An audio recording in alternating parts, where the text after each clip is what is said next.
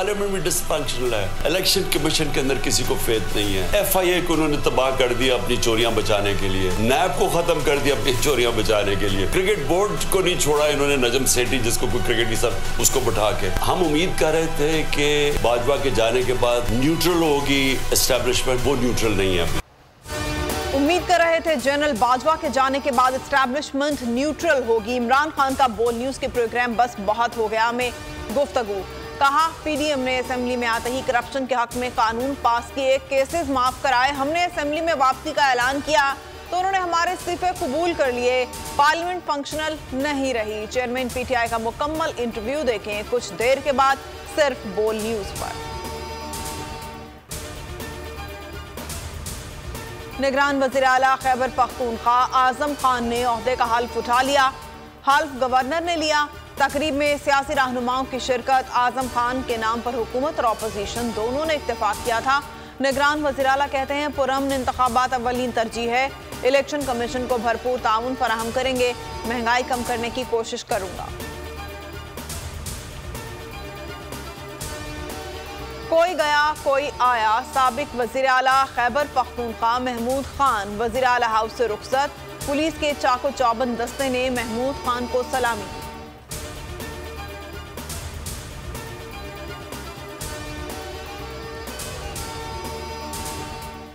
पंजाब के निगरान वज़ीर आला का फैसला ना हो सका। इलेक्शन कमीशन का इजलास कल तलब। हुकूमती इत्तेहाद ने अहमद नवाज सुखेरा और नवीद अकरम चीमा का नाम तजवीज़ किया। ऑपोजिशन ने मोहसिन नकवी और अहद चीमा के नाम तजवीज़ किए।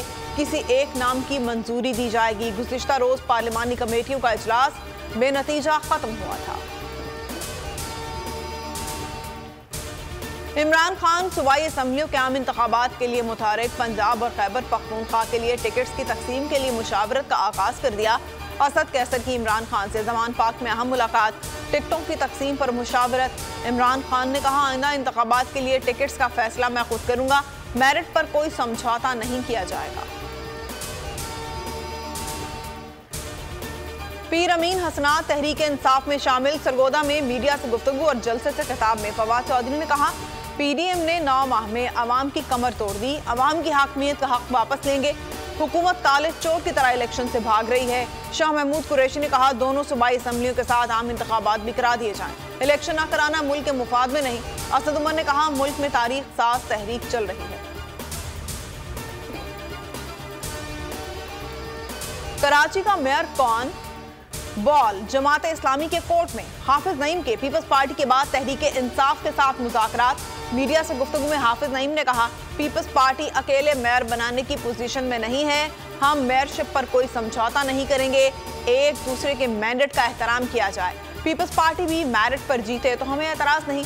अली जैदी ने कहा मुश्तरका लाहे अमल और 4 रुकनी ज्वाइंट कमेटी बनाने पर इत्तफाक किया गया। कराची में बल्दियाती इलेक्शन के नाम पर ड्रामा हुआ। और पीपल्स पार्टी भी कराची में अपना मेयर लाने को तैयार। सईद गनी कहते हैं मेयरशिप हमारा हक है। नून लीग और दीगर इत्तेहादियों को साथ मिलाकर अपना मेयर लाएंगे। नून लीगी रहनुमा शाह मोहम्मद शाह ने कहा कराची में इकट्ठे चलेंगे।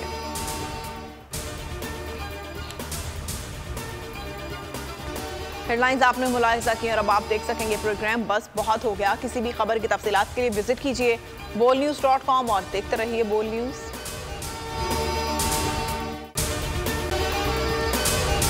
अगर आपको ये वीडियो पसंद आई है तो हमारे चैनल को सब्सक्राइब करें और बेल आइकन को प्रेस करें।